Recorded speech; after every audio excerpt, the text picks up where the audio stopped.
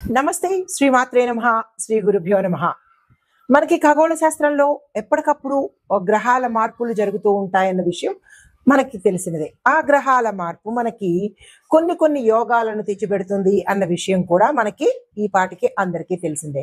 అయితే ఇక్కడ మరొక విషయం ఏంటంటే, ఈ గ్రహాలు కలిసి సంయోగం చెందడం ఒక ప్రక్రియ అయితే, గ్రహాలు నక్షత్రాలతో పరివర్తన చెందడం అనేది ఒక రకమైన ప్రక్రియ. అది ఇప్పుడు మనకి ఈ ఖగోళంలో జరగబోతోంది. ఎలా అంటే గురువుకి రాహుకి కలిసి నక్షత్ర పరివర్తన చెందుతోంది.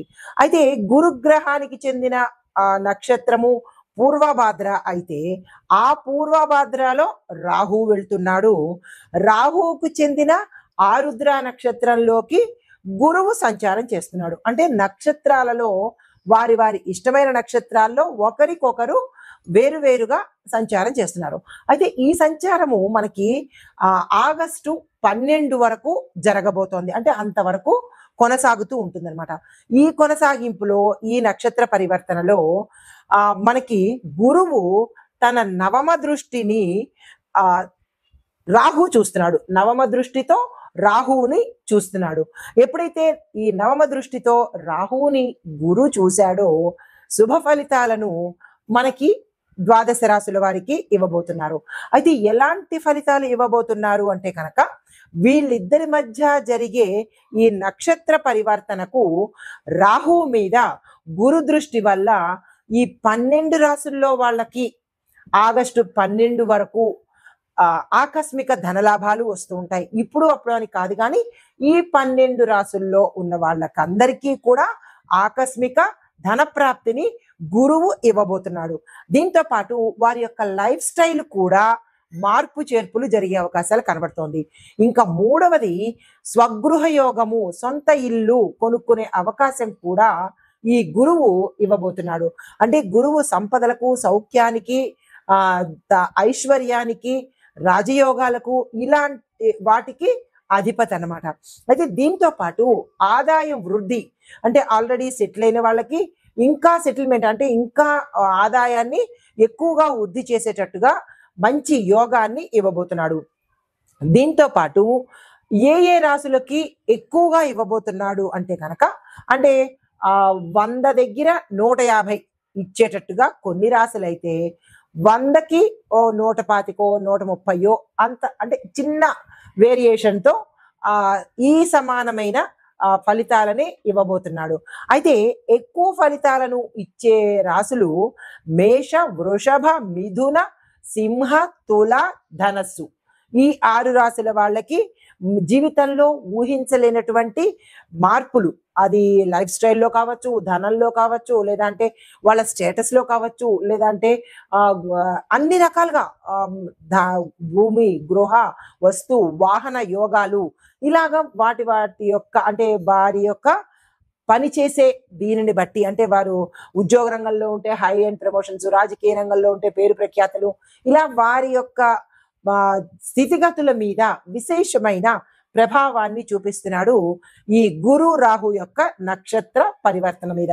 తదుపరి రాశి మకర రాశి. మకర రాశి వారికి ఈ సమయము అత్యంత అద్భుతమైన, అమోఘమైన సమయంగా చెప్పొచ్చు. గురు రాహు యొక్క ఈ నక్షత్ర పరివర్తన వల్ల మీకు అన్ని రంగాల్లో ఉన్న వాళ్ళకి లాభాలతోనే లింకు ఏర్పడేటట్టుగా, మీరు పట్టిందల్లా బంగారం అయ్యేటట్టుగా కనపడుతోంది. విద్యార్థుల దగ్గర నుంచి ప్రతి ఒక్క రంగంలో ఉన్న వాళ్లకు, వ్యాపారస్తులకు, ఉద్యోగస్తులకు, రాజకీయ నాయకులకు, వ్యవసాయదారులకు, కాంట్రాక్టుదారులకు, రియల్ ఎస్టేట్ రంగంలో ఉన్న వాళ్ళకి, ఇలా ప్రతి ఒక్క రంగంలో ఉన్న వాళ్లకు విశేషమైన లాభాలు వచ్చేటట్టు, విశేషమైన డెవలప్మెంట్, గ్రోత్ కనబడేటట్టుగా గోచరిస్తోంది. ఈ సమయాన్ని ఈ మకర రాశి వాళ్ళు అస్సలు వృధా చేసుకోకండి. దీంతో పాటుగా మీరు ఏ ప్రయత్నం చేసినా, దేనికోసమైనా చిన్న ప్రయత్నం చేసినా అది పెద్దగా అయ్యేటట్టుగా, అంటే సక్సెస్ అయ్యేటట్టుగా, మీరు ఊహించని స్థాయిలో సక్సెస్ వచ్చేటట్టుగా కనిపిస్తోంది. లాభసాటి పరిచయాలు మీకు ఏర్పడతాయి. పెద్ద పెద్ద సెలబ్రిటీస్తో కావచ్చు, సంఘంలో పలుకుబడి ఉన్న వాళ్ళతో కావచ్చు, పెద్ద పెద్ద గురువులతో కావచ్చు, ఇలాగ మీకు పెద్ద స్థాయిలో ఉన్న వ్యక్తుల ద్వారా పరిచయాలు ఏర్పడి ఆ పరిచయాలు మీకు విశేషమైన కీర్తి ప్రతిష్టలు, గౌరవ మర్యాదలు అన్ని రకాలుగా మీకు లాభాలు తెచ్చిపెట్టేటట్టుగా గోచరిస్తోంది. దాన్ని మీరు వినియోగించుకునే ప్రయత్నం చేసుకోండి. అయితే ఇంకా ఆర్థిక ఆస్తి ఒప్పందాలు ఏమైనా ఈ రాశిలో ఉండే వాళ్ళు చేయాలని అనుకుంటే కనుక తక్షణమే చేసేయండి. ఇంకా దీన్ని అస్సలు వృధా చేసుకోకండి. ఇది మంచి గోల్డెన్ పీరియడ్ అని చెప్పొచ్చు మీకు. వెంటనే ఆ ప్రయత్నాలు ఎవరైనా ఉంటే భాగస్వామ్య ఒప్పందాలు కానీ లేదా అంటే పారిశ్రామికంగా మీరు డెవలప్ అవ్వాలన్నా ఏదైనా సరే అది ఏమిటి అనేది మీకు తెలుస్తుంది. కాబట్టి ఈ రాశిలో ఉండే ప్రతి ఒక్కళ్ళకి కూడా ఇది అనుకూలమైన సమయము. ఆగస్టు 12 వరకు ఒక్క నిమిషం కూడా వృధా చేసుకునే ప్రయత్నం చేసుకోకండి. అయితే ఈ వృత్తి వ్యాపారాల్లో చూసుకున్నట్టయితే గత 3 నెలల నుంచి మీకు మంచి రైజింగ్ పీరియడ్ లోనే ఉండి ఉంటారు. ఏ కొద్దిపాటి వ్యాపారస్తులో కొంచెం నష్టం అయి ఉంటే కనుక నిరాశ చెందకండి.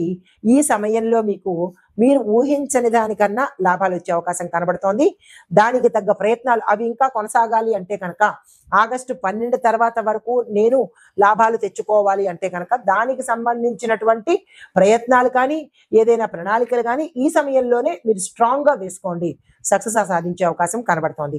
అయితే పెళ్లిళ్ళ గురించి కానీ లేదా అంటే సంతానం కోసం కానీ లేదా ఇల్లు మధ్యలో కట్టడాలు ఏమైనా ఆగిపోయి ఉంటే పెళ్లిళ్ళకి సంబంధించి కానీ ఇలాంటి వాటికి శుభకార్యాలకు మీరు ఆషాఢ మాసం వెళ్ళిన తర్వాతే ప్రయత్నం చేయండి.